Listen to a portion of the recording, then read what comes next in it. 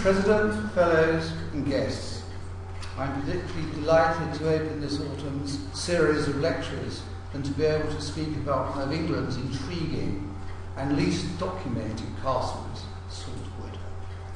I feel I may have you here under false pretences, but you might think I'm talking about romancing the private life of Alan Clark. But I'm afraid I won't be. It might well be more interesting.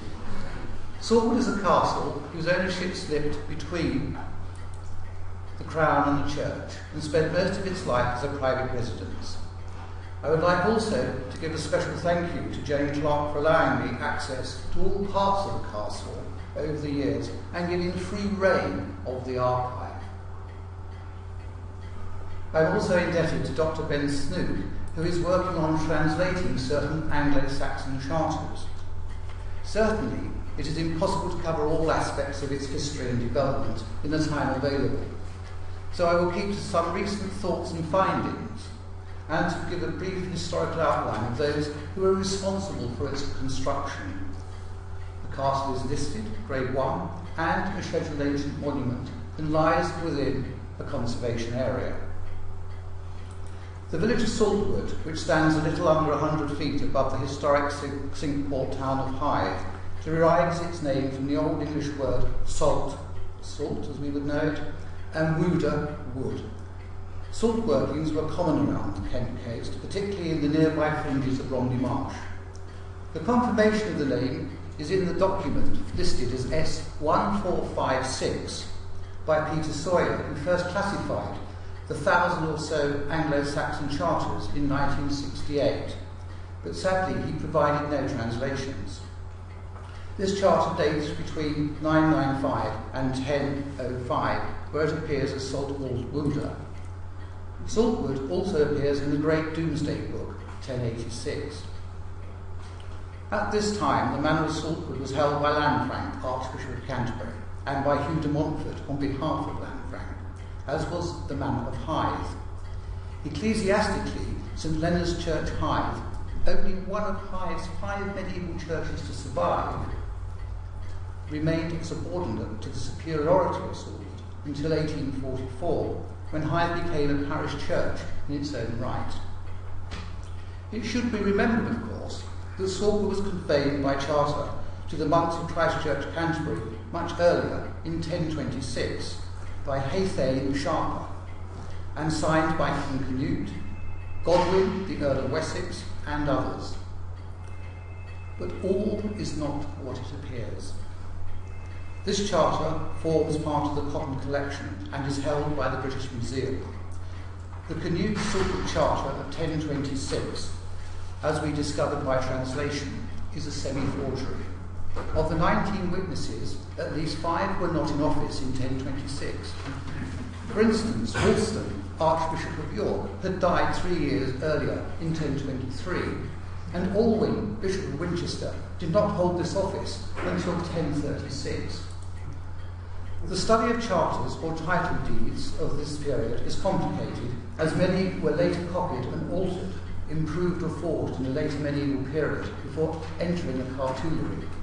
The 1026 Charter is one of such documents. This might be the best time to orientate ourselves around the castle. It is probably better to think of the twin gate towers facing east. Saltwood clearly displays the medieval vocabulary of a classic medieval castle. A moat, deeper on the south side, and incidentally the water on the north side of the moat was instigated by Alan Clark and is only held there by a rubber membrane.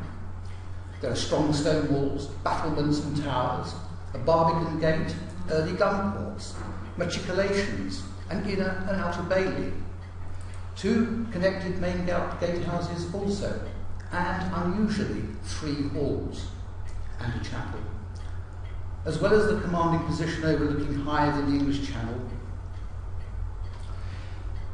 It was designed to be seen from the sea as well as the land. Such attributes form the traditional view that castle architectural design reflected the development of medieval defensive and siege technology.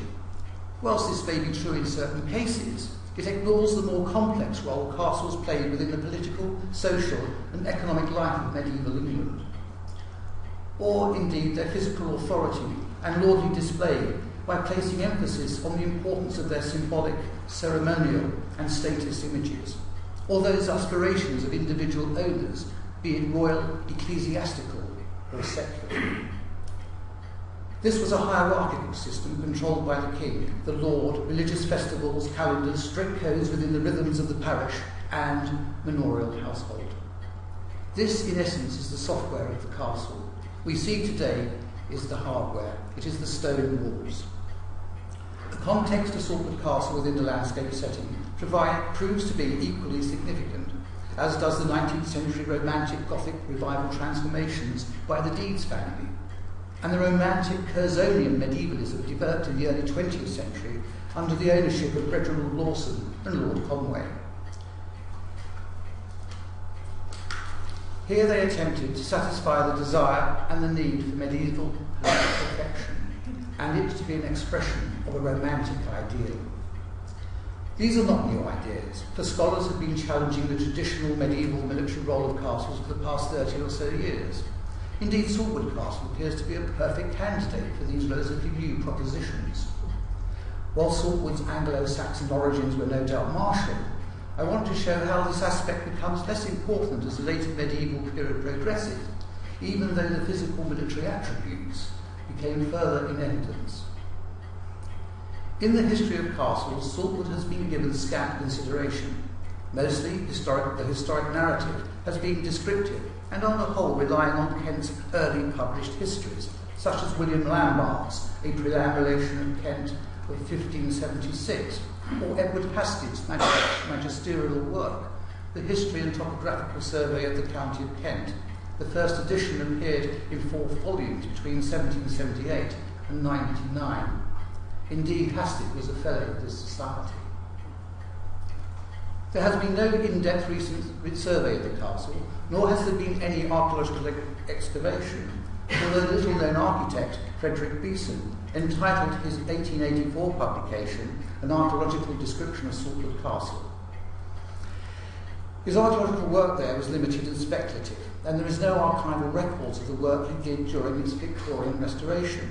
Such was the nature of his careful archaeological investigation that he used gunpowder to blast away medieval fabric, with the necessary alterations to the gatehouse for the then owner, William Deeds. In 2006, I initiated a geophysical resistivity survey on the Outer Bailey lawns in front of the gatehouse and those of the Inner Bailey, but the results were disappointingly poor and negative, as the ground proved to be highly turbated and gave undefined results. Today, Saltwood Castle, although standing on a promontory overlooking the sea and Hythe, remains remote and difficult to find.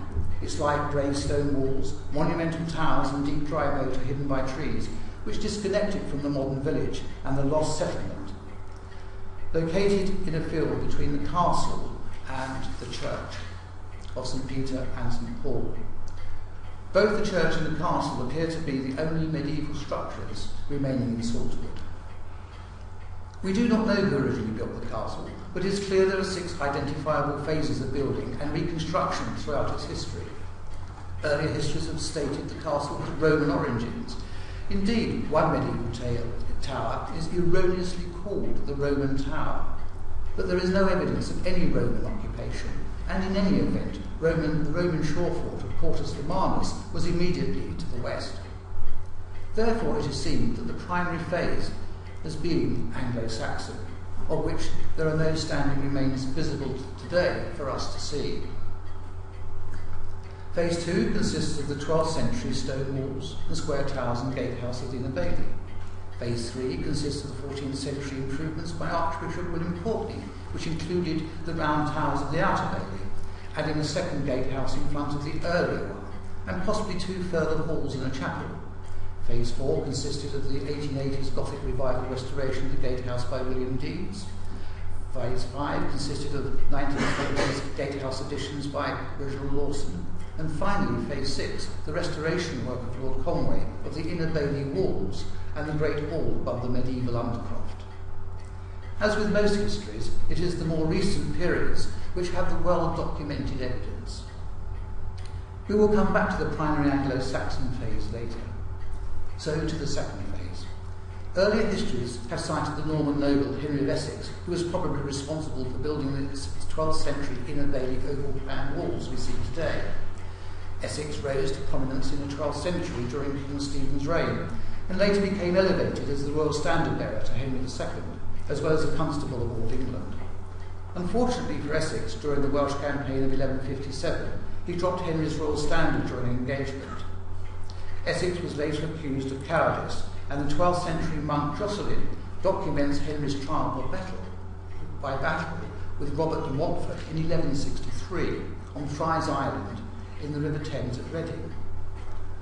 Robert de Montfort may well have been challenging a claim over Essex's second wife's estate, Alice de Montfort. Nevertheless, Essex's body was carried senseless from the site of the duel by monks of nearby Reading Abbey, and he revived and remained a Benedictine monk until his death around 1170. As a convicted traitor, his estates and offices were forfeit and his family disgraced. It is most likely Essex commenced construction of the inner Bailey walls, square towers and gatehouse around circa 1150, but probably never saw their completion given the length of time it takes to finish the construction. It would have needed an army of working many years to quarry the stone from the moat and finish the building works. It appears the south moat was used as a quarry to build the castle. Geologically, the castle is sited on the southern end of the Hythe beds and forms part of the lower greensand sequence. These are alternating layers of sandy limestone and calcareous sandstones, known locally as Kent ragstone. This sits between the heavy Wealden clay and the chalk of the North Downs, with the ragstone beds outcropping unstably at Hythe. It was a perfect site for on-site quarrying and developing the Saltwood Saxon stronghold by Essex. This band of stone crosses the county from Hythe to Maidstone, and it is from the quarries at Maidstone that stone was taken to build the White Tower and the city walls of London. The well in the centre of the inner Bailey was probably constructed at this time too. It is cut through the Kent ragstone to an unknown depth, with the uppermost 10 metres being arched in dressed stone. At 29 metres, it is possible to stand on the ledge, and 2 brick-lined adits run from some 7 metres north-east and south-west at this point. The adits were probably built in the 1880s to supply further water storage for the newly restored gatehouse. There are also the remains of the upper pump mechanism. Below this are the brick adits, and the well shaft continues down below that.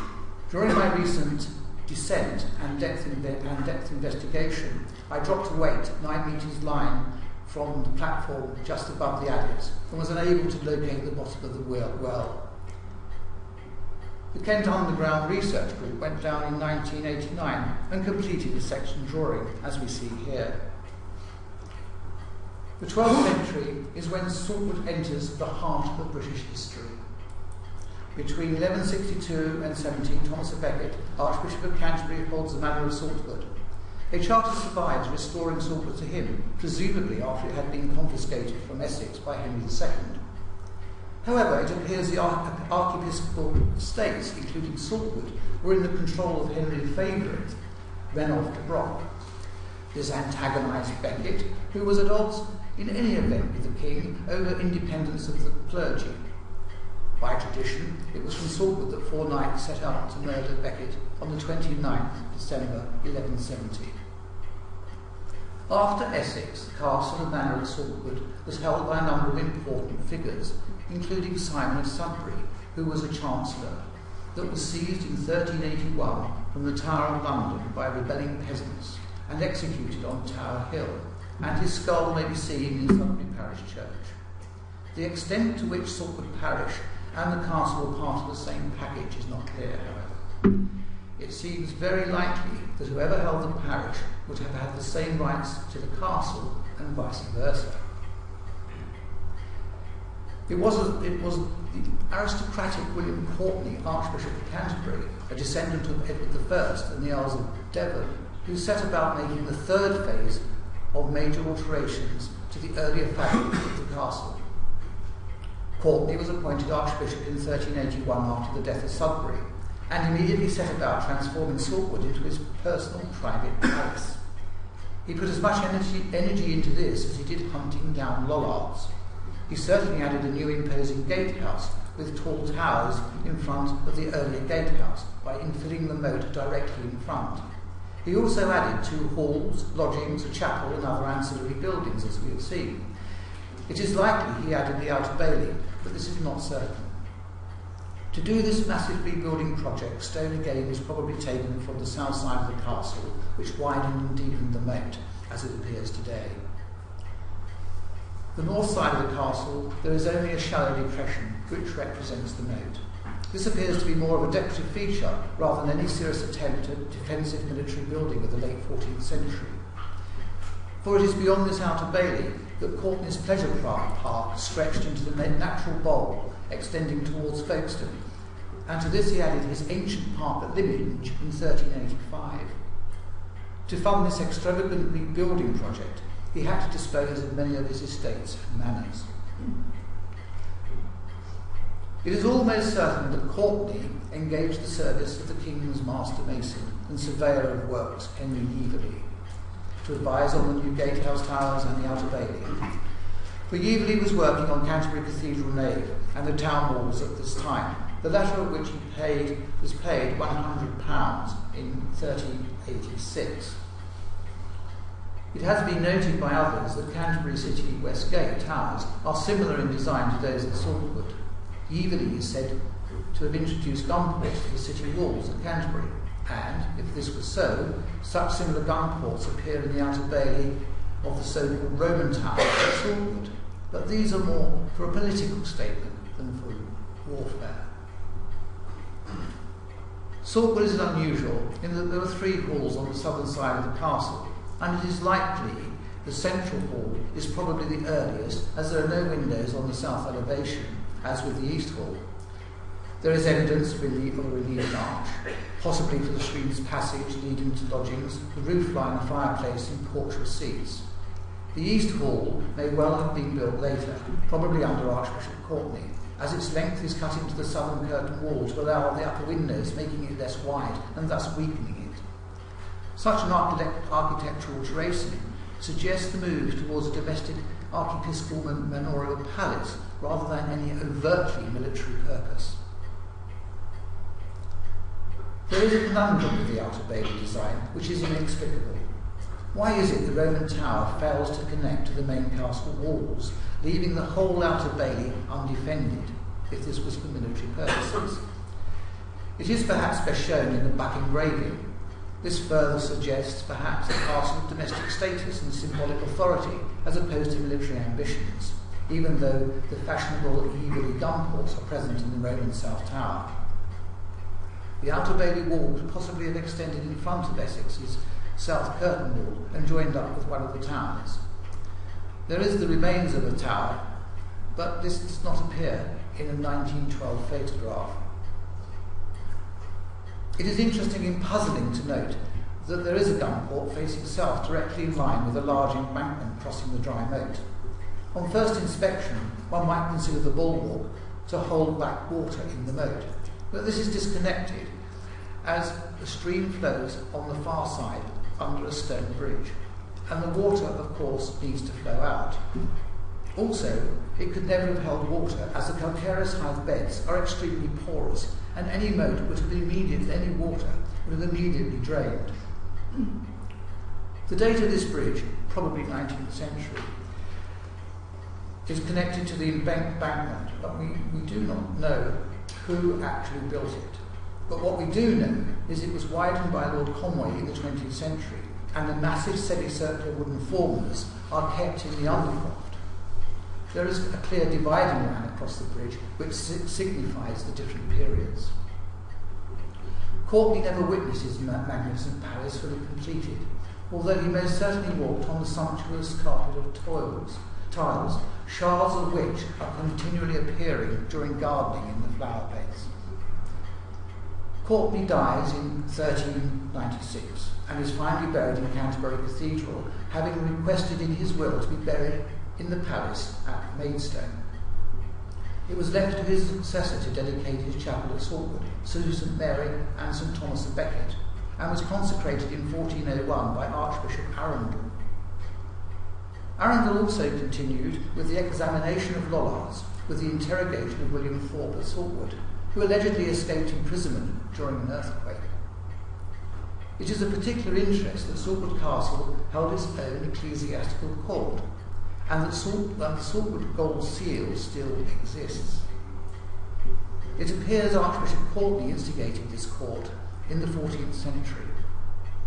In 1877, a small gold seal came to light from the collection of one Mrs. Dyneely of Yorkshire, and it is now in the British Museum.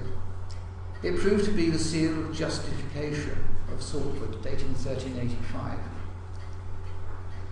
This jurisdiction was exercised by a steward or other official appointed by the Archbishop, and would be attached to all documents in connection with the liberty, the parks and manor of Saltwood. We are able to see the emblems of St Peter and St Paul, the key and the sword. The parish church is dedicated to these saints, and the heads appear in each of the quadrifoils in the upper part of the seal.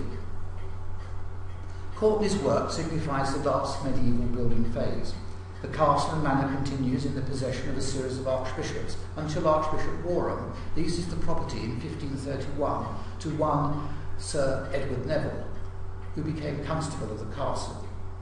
Thomas Cranmer is the last archbishop to hold Saltwood on behalf of the church, when Henry VIII obliged Cranmer to part with it in 1540. Henry had earlier ordered a valuation survey of the castle and manor, and it clearly has then become somewhat neglected and ruinous. Interestingly, the survey gives a good indication of the state of the buildings and value of just under £100.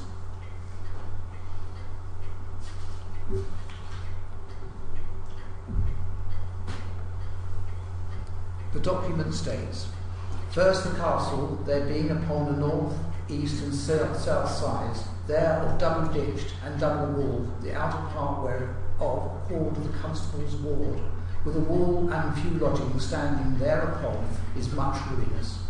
And at the entry into the inner ward standeth a large and high gatehouse, containing 6 chambers, in like case decayed. Also within the said inner ward, from the said gatehouse, and 40 paces distant from the same standeth an old large hall, with certain lodgings adjoining, either side thereof, all much ruinous and in sore decay, except a great chamber and long chapel, which be in good estate, saving the glass of the windows, that all be broken with wind and weather. Also the castle is environed with a little park, apprehending 1 mile and a half circuit, wherein fallow deer and all sorts, to the number of 100 by estimation. This is in contrast to an earlier survey by Archbishop Kilwalby in 1273, which shows the well-managed estate with water mills and a park under the constable of the castle, Robert Roffey. The estate and park are well stocked with bullocks, sheep, swans, cranes and peacocks. The survey also records new millstones being brought to Saltwood from Sandwich via the sea to Hythe. After the dissolution of church property, the castle passes into private ownership and a series of absentee landlords, commencing briefly with Thomas Cromwell. On the 6th of April, 1580, the castle was further made ruinous by a great earthquake, with its epicentre in the Straits of Dover. The magnitude of the earthquake is thought to have been around 5.7. Buildings in northern France collapsed. Sections of the town wall fell at Dover, and pinnacles tumbled down from Westminster Abbey and Ely cathedrals. And much damage to buildings across south-east England occurred. Further major earthquakes followed in 1692, 1755, and the last one in 2007. So ruinous was the castle that even the commanders of the English Civil War took no interest in it. Throughout the 16th, 17th and 18th centuries, the castle remained a somewhat ruined Gothic medieval masterpiece, but like so many ruinous antiquities, it had been turned into a tenanted farmhouse, as recorded by Turner and Samuel Cooper. Then it was in the ownership of Sir Brooke Bridges. The castle then passes through marriage into the Deeds family. The Deeds tenant farmer, then living at the castle in 1844, was Frederick Brockman, and the tithe map shows a garden in the inner bailey and the farmyard in front of the gatehouse. The moat was then planted with plums. But it was not until 1882 when William Deeds engaged the little-known architect Frederick Beeston to submit plans to reconstruct the gatehouse that anyone had any real interest in the monument. William Deeds was attracted to the Gothic revival antiquarianism in restoring ruined medieval castles, or building new ones such as Peckforton Castle. Beeston swept away the tenants' hovels and farm buildings and then virtually rebuilt the gatehouse. New doors, windows and staircases were inserted, and staff accommodation was included on the north side. This meant rebuilding the whole of the curtain wall from the main gatehouse to the outer bailey wall, behind which were the new dairy, larder, bakery and other services. The Deeds family owned large tracts of land and property in the area, but the cost of the castle gatehouse restoration meant that William Deeds reluctantly put the castle up for sale in 1886. Without finding a purchaser, Saltwood passed to his son Herbert. In turn, with growing financial pressures, Herbert Deeds signed a conveyance of the castle over to the local estate agent Frederick Butler and two other local residents, Richard Price and Frederick Coleman, who had formed a syndicate of 3 equal shares each. Hoping to make a profit out of the purchase, the syndicate sold the castle a year later on the 8th of November 1926 to Reginald and Ivor Lawson for £10,750, Reginald being the grandson of Lionel Lawson, one of the founders of the Daily Telegraph. Lawson was one of the number of growing wealthy individuals who latched onto the craze of restoring medieval castles, fuelled by the influential people as Lord Curzon, who had restored Bodiam in Sussex as a romantic ruin and saved Tattershall Castle for the nation. Indeed, Lutyens had restored Lindisfarne Castle, and Castle Drogo had yet to be completed. It seemed everyone wanted a medieval castle, and if they couldn't have one, they would build a new one. With his wealth, Lawson added a first floor to the north wing of the gatehouse, but the rest of Courtenay's medieval structures and curtain walls remained ruinous. Like Curzon and others, Lawson embarked upon a further major romantic quest. In 1929, Lawson had partially purchased another castle, Hertsmansay in Sussex, on the death of Colonel Lowther, who had embarked upon its restoration. Lawson was a serious antiquarian and packed Saltwood with medieval artefacts and furniture. Rare Flemish tapestries hung everywhere, Persian carpets covered the floor, oak coffers, trestle tables, armour settles, 4-poster beds, paintings and fine antiques filled every room. At Saltwood, Lawson engaged the fashionable interior royal decorators White and Allen, who were then working at Donat's Castle, but they appeared only to have designed the radiator covers. As, on the 17th of December 1930, aged 38, Lawson was found shot in the grounds of Saltwood Castle. It is believed he was shooting pigeons. The inquest verdict was death by misadventure. However, 10 days earlier, he had killed a 9-year-old boy in a motoring accident, which must have played much on his mind. Earlier, through a common interest in medieval castle restoration, the Lawsons had met Martin and Katrina Conway. Incidentally, Katrina was a distant relative of the Kent historian Landard. Conway was a rector's son from Rochester, who became an adventurer, mountaineer, archaeologist and art historian. His life as a politician enabled him to be elevated to the House of Lords. Returning from America, Lord Conway placed an advertisement in the Times seeking a ruined castle. Lord Romsey replied and offered the ruinous Ullington Castle near Maidstone in 1903. Conway then spent much of his wealthy American's wife's fortune on restoring the castle. The Conways first used the architect W.D. Carer, but by 1918, Philip Tilden was employed to complete the work. Conway's daughter Agnes had met Tilden when she was on holiday in Cornwall, and he was working on Port and All's house at Prussian Cove, Cornwall. Philip Tilden was to remodel Garsington Manor for the Morells, Chartwell for Winston Churchill, and Port Lynn for Sir Philip Sassoon. Perhaps Tilden's most flamboyant patron was Harry Selfridge, who engaged him to design a castle at Hengistbury Head, Dorset, which was never built. In 1933, Lord Conway became a widower, and the following year he married Ivor Lawson of Saltwood Castle, leaving Allington to his daughter. Now Lady Conway, Ivor with Martin embarked upon a further major restoration of Saltwood's ruined curtain walls, towers, and Courtney's Great Hall, and above the extant medieval vaulted undercroft worked to the chapel. In this image you will be able to see the site of the original chimney and then Tilden's treatment of it. The windows of the East Hall on the south side are opened up and the tracery inserted. Tilden was not concerned about authentic historic conservation and used much concrete and iron.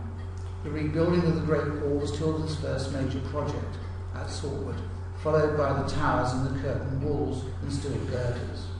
This was followed by opening up the blank windows on the East Knights Hall and inserting tracery, as we can see here.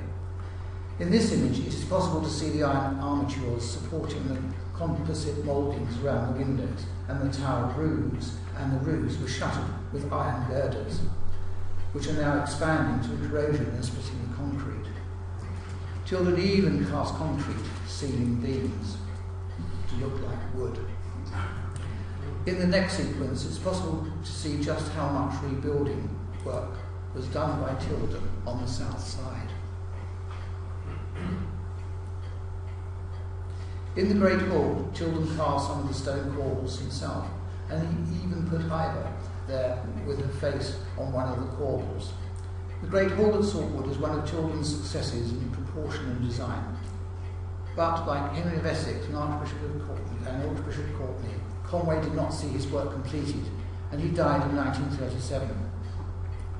All the work of the castle seized, and spent building materials were used to seal any gaps, as here with old galvanised bucket. Lord Conway remained living at the castle through Lady Conway was living at the castle all through World War II. With increasing old age, she put the castle up for sale with its contents in May 1950. Kenneth Clark had seen the castle in 1952, but during the negotiations Lady Conway died, and Clark eventually purchased the castle for £13,000 and all its contents for £15,000 from the executors in December 1953. For Clark, it was like walking through the pages of his 1928 book, The Gothic Revival, an essay in the history of taste. The castle was then handed down to his son Alan Clark, and then on to his widow Jane, who is now responsible for the upkeep of the castle. Before I end, I would like to leave you with a couple of thoughts about Anglo-Saxon Saltwood. A legend persists that Azic, King's second king, originally built the castle. Azic, along with his father Hengist and uncle Horsa in the Anglo-Saxon Chronicle, were there fighting for East Kent.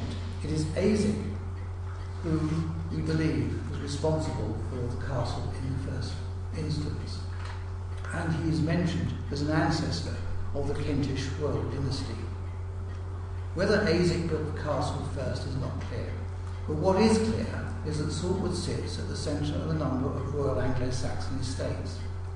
Just a few miles to the north is the royal nunnery of Lyminge, founded by Aethelberg before 1606 or 7, the daughter of King Aethelberg and widow of King Edwine of Northumbria. A few miles east is another royal nunnery, apparently founded in the 7th century by Ainsmouth, daughter of King Eadbald of Kent at Folkestone. The details of the story are impossible to authenticate with any certainty, but it is reasonable to presume that Folkestone, like Lyminge, was a royal-sponsored religious foundation. To the west of Saltwood lies Westerhythe, some 2 or so miles from Saltwood, which has been identified as Anglo-Saxon Sampton. It is here, according to a charter of 732, that salt was made from boiling water. But more importantly, in the same charter, it was King Ethelbert II of Kent provides a gift to the abbot of Lyminge of 100 acres at Sampton, with a boundary of the king's land to the east and to the north of Hodenflute. This name may be preserved in the hundred of Heen. Heen Wood is shown on the 1886 OS map and located immediately north of Saltwood. Perhaps this is the King's Land, which too is Saltwood. Added to this evidence is the discovery and excavation of a number of high-status 7th century Anglo-Saxon burials discovered immediately north of the castle prior to the Channel Tunnel construction. The grave goods include brooches, Coptic bowls, weapons, a horse's harness, and other important high-status artefacts. It is tantalisingly tempting, therefore, to connect the superstructure of royal estates at Limington, Folkestone, Sampton and Heen, and the high-status burials with that of Saltwood. So could it just be that Saltwood Castle is the lost Anglo-Saxon royal palace of Kent? One further thought before I end. Romancing the castle is still in evidence today with Jules Holland at Cooling Castle and John Moo at Brailsham Castle in Sussex. Thank you for listening.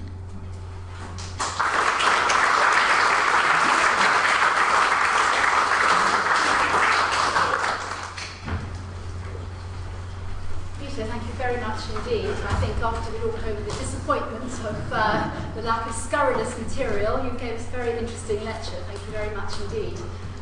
It's our normal practice to gather up some questions, so if I may, I will do that, and then perhaps you could answer them all together. Yes, that's fine. So, any questions from anybody? Yes. Why didn't you do any geophys anywhere else? Sorry. You only did the geophys in a particular area.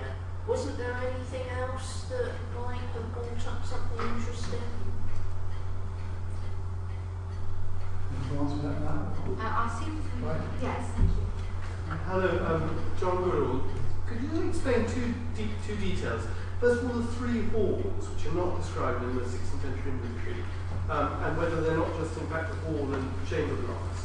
And the second thing is, how much 12th century masonry do you really think there is in the wall and towers of the building, given the comparison of several of the square towers to 1340s and 50s works, as at Rochester, and things like that? I'd be interested to know just how much archival material there is available for study and where that is kept.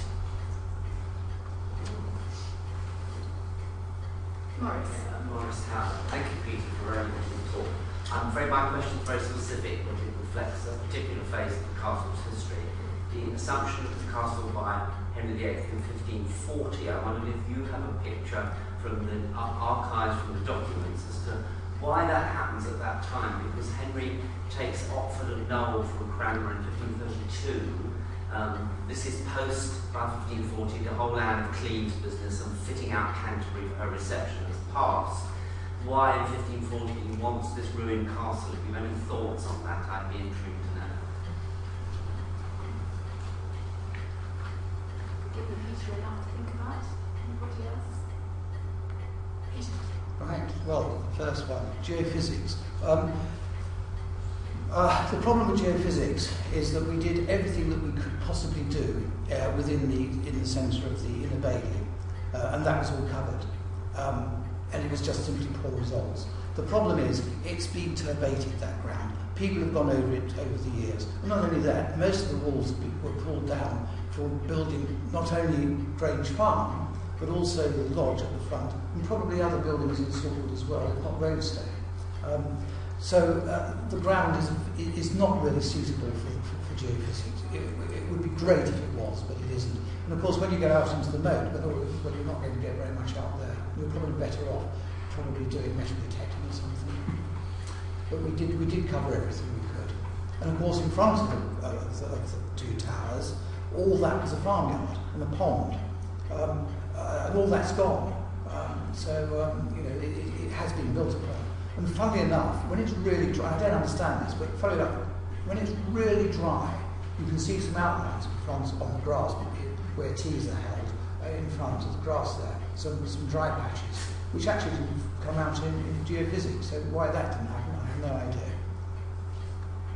12th century, the three halls, Jonathan, I'm delighted by your book, by the way.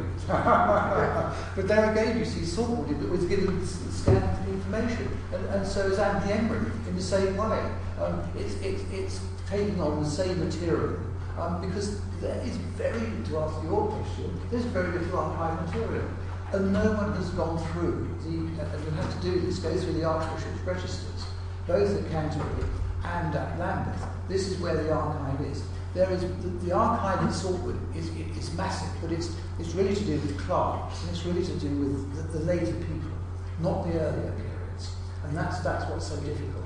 It's actually primary research, and it's perfect for a university, postgraduate student to actually get their teeth into. And that's very important.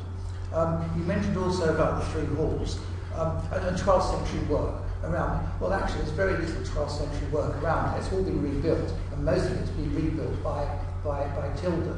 But if you get your eye in, you can actually see what is new and what is old. And just after the 2007 earthquake, part of the wall dislodged. And interestingly enough, that part of the wall fell down. It was rebuilt. But what was intriguing, that we found old lavatory pans inside the inner core of 1920.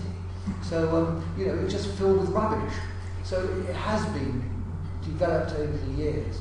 And there's really very little early stuff there, except what we see in that early photograph of the ruined hall and the ruined middle hall and the Knight's Hall, as we call it, or the East Hall. The trouble is they get different names. The Clark family decide to call them different names and changes. But it would be very interesting to know why there are three halls there. I can understand Courtney's hall being built. That middle hall, I think that's the earliest. I think that's certainly the earliest. And then the ones coming later. And that's by digging into the wall. And in fact, when you look at one part of the wall, some of the blank windows of the east end, that blank window is actually caught in the thickness of the wall. That's why you can't see it. It didn't come out there, but it's cutting into the wall. And there's a straight joint there. So that was clearly put in at a later date than the 12th century walls. What have I got here? Archive material. Well, I think I covered that really. Archive material is difficult, and it is really getting down to the primary source material. Now, Morris's point, I have the foggiest idea. I have absolutely no idea why that should be taken in 1540. It's a period which is, it's more your period, I think, that particular period than mine. But the